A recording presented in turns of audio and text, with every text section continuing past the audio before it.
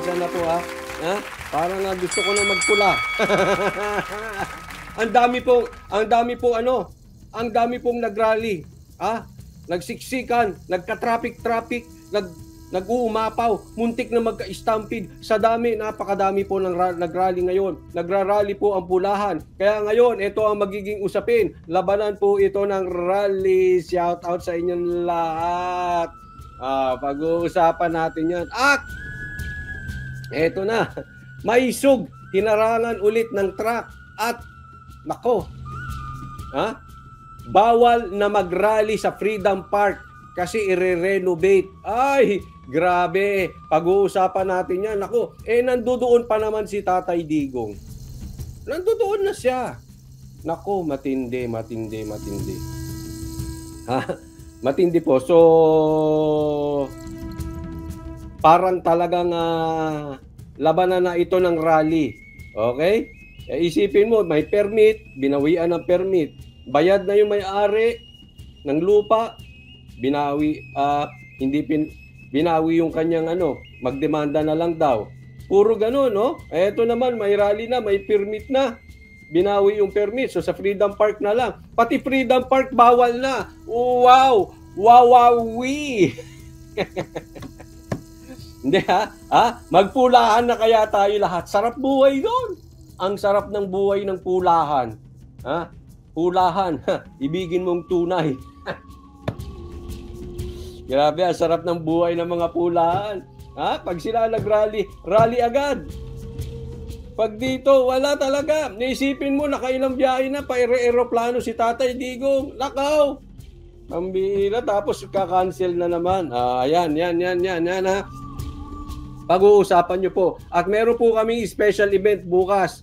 Possibly sa SMNI, okay? Kasi may Maisog rally, so dapat medyo mababago schedule natin dahil sasabay. Hindi na ba matutuloy, Coach? Ay, nako! Andun na si Tatay Digong. Mamaya pag-uusapan natin yan, okay? So shout out muna sa inyong lahat. Ready na po? Parang gusto ko ng gusto ko na sumama sa Pulahan Rally. Hayahayang buhay. Ang dali ng buhay nyo, no? Alang kwenta, may permit. Ay, nako.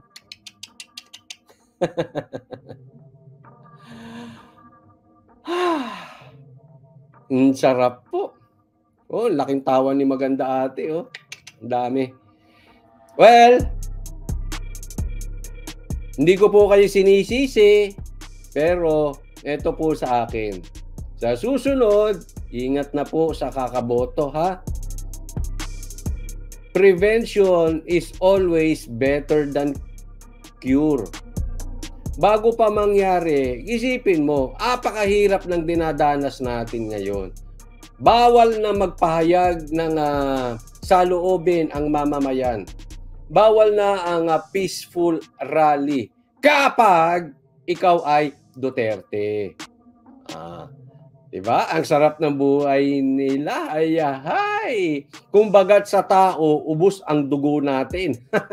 Sisip-sipin. Pagkatapos nila, wala na tayong dugo. Aroy, naku.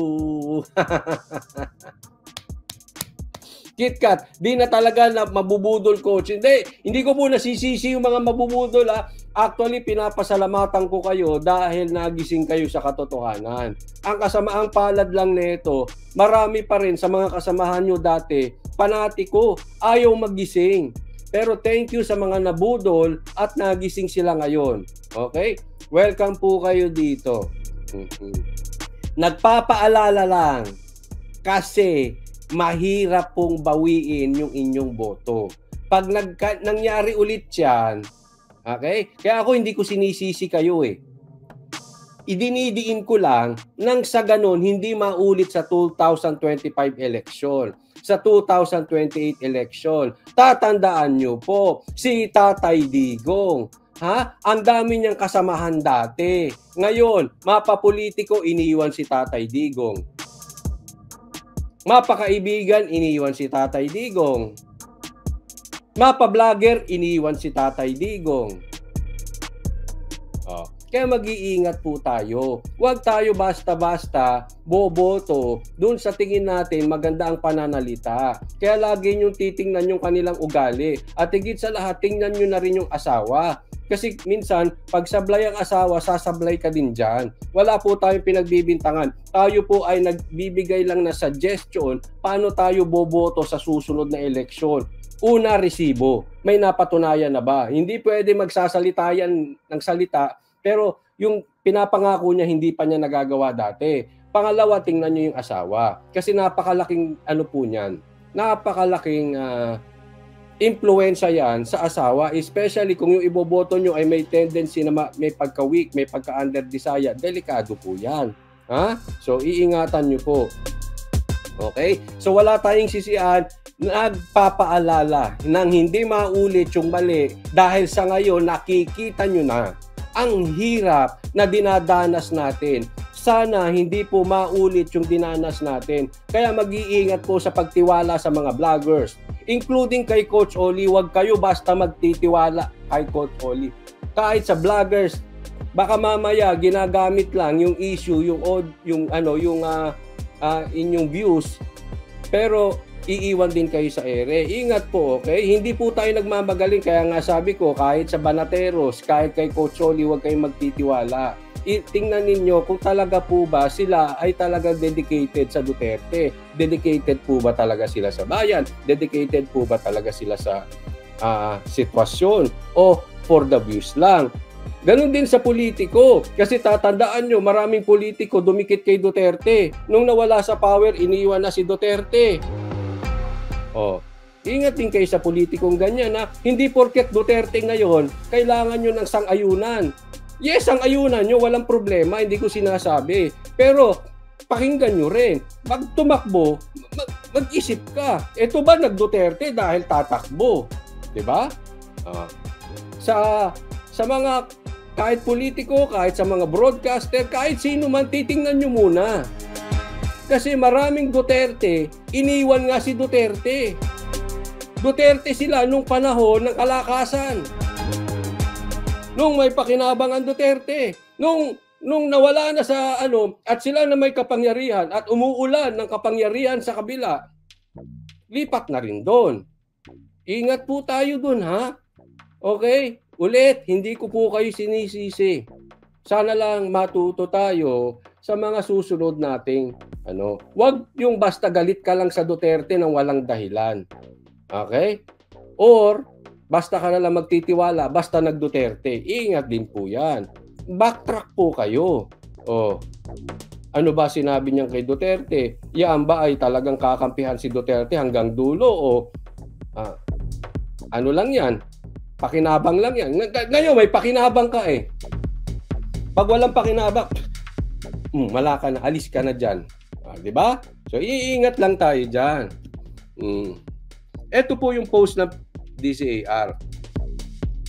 Sabi, alamin, Freedom Park na kinukonsiderang venue ng hakbang may sugrali sa Dumaguete City, Negros Oriental, temporaryong isinara sa publiko simula ngayong araw, May 6, 2024. Sa abiso ni Negros Provincial Government, isa sa ilalim sa maintenance and rehabilitation ang lugar bilang paghahanda sa 100-year celebration ng Capitol Building. Naabutan naman ng SMNI News sa Freedom Park ang dalawang malaking truck na nakaparada sa harap mismo ng stage. Gaganapin sa bukas, May 7, ang may sugrali na pangungunahan mismo ni dating President Rodrigo Duterte. Tandaan nyo po, eto yan, meron na po silang permit diyan sa Dumaguete, Negros. Okay? Kaya lang last minute, binaklas yung stage kasi binawi yung permit. Dahil daw sa naipaliwanag na natin yan dahil sa kakulangan sa security. Okay? Napaliwanag na yan ni Attorney Roque, panuorin nyo na lang na dapat kung yan ang gagamitin yung dahilan, dapat may clear and present danger. Wala namang clear, maliwanag, at kasalukuyang danger. Ano bang Tagalog ng danger? Kasalukuyang basta danger. Kasalukuyan. Okay? Wala pa naman. Okay? So hindi dapat bawiin yung permit na yon. Pero sabi ni Attorney Roque, nilive po natin yung kahapon, kahit na wala ng permit, tuloy ang rally. Bakit? Lilipat tayo doon sa Freedom Park. Ngayon, ang balita, sarado na yung Freedom Park. Ang galing, no? Ang galing. Nagkataon lang. Ito yung sinasabi ko. Ilang beses ko to binanggit sa SMNI ng Banateros. It's too much of a coincidence. Lagi. Okay? Tingnan nyo yung kay Kuya Gob. Biglang, bigla siyang nasuspindi nung magrarally na. Diba? Again, nagkataon lang. Come on. Ito. Bigla daw, i-rehabilitate. Ano ba to rehabilitation na ito? Ito ba yung sa addict?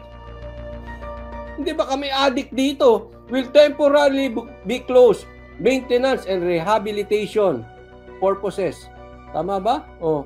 May rehabilitation. Dapat yung tao magpa-rehabilitate, hindi yung lugar. Tingnan nyo, okay? Alam mo, hindi natin masisisi ang taong bayan kung bakit sasabihin na iniipit nyo na basta Duterte. Huwag nyo sabihin nagkataon na naman ito. This is too much of a coincidence. Yung nangyari kay Pastor Kibuloy dahil naggigikan sa masa ang SMNI. Binuhay ang kaso ni Pastor Kibuloy, tapos ang SMNI, wag na tayo maglokohan, wag nyo nang gamitin kung ano-anong kalokohan. Ginigipit ang SMNI kasi sumusuporta sa Duterte. Kung ang SMNI binababoy si Duterte, hindi ginigipit ang prangkisa ng SMNI, wag na tayong maglokohan na minumura lang. Wag nating gamitin. That is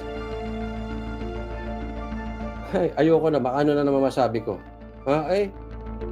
Isa lang yan, that is politically motivated. Dahil kung yan ay talagang pro-admin, hindi ginigipit ang SMNI, hindi ginigipit si Pastor Kibuloy, ganito rin na rin nangyari kay Go, biglang sinuspinde, magrarally, eto naman, pati Freedom Park, pinakailaman kasi dyan, hindi mo kailangan ng permit. So, sinarado. Baka pagkatapos ng May 7, bukas na naman yan kung nagrally na sa iba. Ayaw lang na talaga nila mag-rally. Huwag na tayong maglokohan. Baines Lori, maraming salamat po. Thank you. Baines Lori from Japan. Sarado? Ewan ko Palagay ko, ang unahin ng gobyerno ay mas importante yung mag-rehabilitate ng tao. Yung addict, kasi maraming addict ngayon . Oo. Ito naman kasi, alam mo, simple lang to. Pwede ka namang hayaan mo muna yung rally bukas. Bukas lang naman . Pagdating ng May 8, mamaya, halimbawa pagkatapos,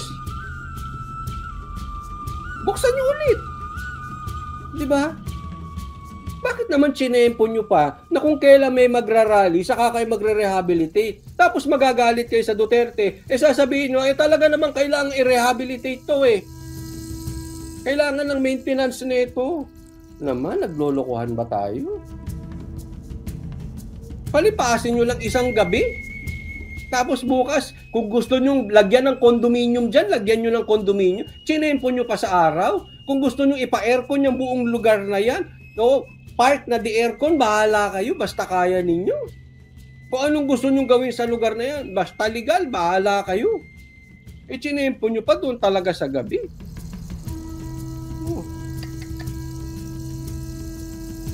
Ayan, tas nilagyan pa, talagang hinarang doon sa stage. Ewan ko Alam mo, dapat ito ay nakakasama ng loob para sa mga vloggers, para sa mga mamamahayag, para sa buong community ng media, sa buong community ng press. Dapat sumasama ang loob natin dito. Hindi dapat ito ginagawa kahit na ikaw ay pro-admin o anti-admin. Diba? Kaya gaya ulit ng sinabi ko, payagan lahat ng rally dyan. Pula rally, DepEd resign Sara rally, kung ano-anong rally nyo, sige lang, kahit panama sa Duterte, sige lang. Hindi naman kami takot eh. Alam mo bakit? In the end, decision pa rin ng tao yun. Hindi natin sila kailangan diktahan na huwag kayong magsalita.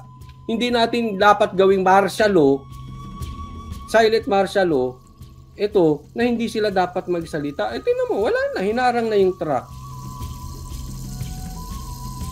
Tapos, ang litanya nila, konti raw ang tao na umaattend. Litanya nila, teritoryo daw ng Marcos. Uy, kung teritoryo, ba't kayo natatakot? Oh. Uy, hinarangan pa, oh. Ayan pa, truck. Alam mo yung freedom, kaya alam mo, antay lang kayo. Ito, tatandaan nyo, ha? Tingnan nyo, yan, oh, mga picture. Hinarang, dalawang truck. Hinarangan na, binarikadahan. Ito, paalala. Kaya kayo vlogger, kaya kayo broadcaster, kaya kayo politiko, kaya ano pa man kayo, tatandaan ninyo, umiikot ang mundo. Manindigan lang kayo sa tama.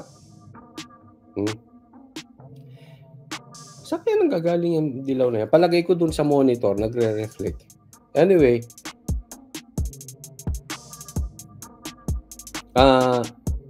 umiikot ang mundo. At tandaan nyo, pag nakaupo si Sara o nakaupo ang Duterte, yung mga ginagawa nyo pang-aapi, baka mamaya bumalik sa inyo. O, lalo na kung politiko ka. Diba? Kung sasakyan mo at sasakyan ito, sisirain mo credibility mo. Kung ikaw vlogger, sisirain mo yung iyong channel dahil sa pagsuporta sa mga ganito. Tapos iikot ang mundo. Anong gagawin mo? Lilipat ka. Gaya ng karamihan ng vlogger. Kung sinong nakaupo, doon sila. Diba? Hindi ito maganda. Makikita ng tao yan. Teka muna, itong vlogger na ito, laging doon sa nakaupo, sa nakaupo, sa nakaupo. O doon sa maraming views, doon sila parati. Hindi dapat tayo, ito ako na-turn off, pagka ang isang vlogger natatawa, pinagtatawanan, yung pag nasusupil ang rally, hindi po dapat pinagtatawanan. Dapat nalulungkot tayo. Kasi karapatan ng mamamayan yan, kay pro-administrasyon, anti-administrasyon, kay ano pa mayan, hindi nyo dapat pinagtatawanan pagka pinipigilan mag-rally. Nasa broadcasting tayo, nasa media tayo eh. Dapat pinoprotektahan natin yung freedom of speech. Oh. Dapat nga ini-encourage pa. Kaya nga ko, di ba, yan yung sinasabi ko, ini-encourage ko pa, pre-promote ko pa yung rally nila. Kasi tapos magagalit kayo pag sinabihan kayong diktador. Oh. Patas naman tayo eh. Kung sinasabi naman natin, hindi mag-rally kayo. Oh. Ayan, wala na. Ang galing eh, di ba? Ay, sino maniniwala dyan? Real talk po. Sino maniniwala dyan? Na, alam mo, for discussion purposes, isipin natin totoo ito. Na i-rehabilitate, i-maintain yan. Pambira naman. Hindi nyo papalipasin ng isang araw. Isang gabi lang naman yung maisog eh. Kinabukasan, di saka kayo mag-rehabilitate. Alam mo ako, panawagan ko ha. Sana, kung i-rehabilitate ito, kuhanan nyo ng picture ngayon. Ako, sa mga nasa SMNI, total nandiyan kayo, I really suggest kuhanan nyo ng picture yan. And then, sabi nila, i-rehabilitate, i-maintain. Tapos, kuhanan nyo 1 month after. Ano ang naging pagbabago? Luminis ba? Nilagyan ba aircon? Hindi, rehabilitate nila. But seriously, dapat, anyway, pupunta kami ng SMNI, dapat maisuggest yan. Maisuggest namin na kuhanan ng picture. Oh, tapos balikan natin yan after 1 month. Ano ba ang inayos? Totoo bang may inayos? O dahil takot lang sa rally?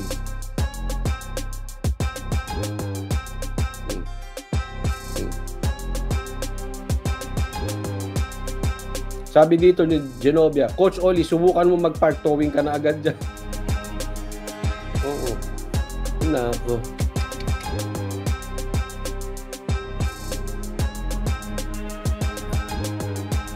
Yan po ang nakakasama ng loob ngayon. Okay? Ewan ko eh. Ayan na po sila. Ayan na po ang gobyerno natin. Kayo na humusga. Ako wala naman tayong kinakampihan eh. Kayo humusga. Yan bang nakikita nyo, tama pa yan? Kung yan, makatao pa yan, nagawin in a political environment, yung pagsarado na yan, wala. Suko na ako. Kasi, hindi rin kayo talaga makikinig. Ito, halatang-halata na yan. Halatang-halata na yung ginagawa. Andun na nga si Tatay Digong eh. Pero ang balita ko, itutuloy at itituloy yan. Abang-abang tayo kasi hindi natin alam ang mangyayari. Pag itinuloy yan at talagang sarado, baka magkasakitan. Wag naman sana. Basta tayo, ibabalita natin, abang po tayo, ha?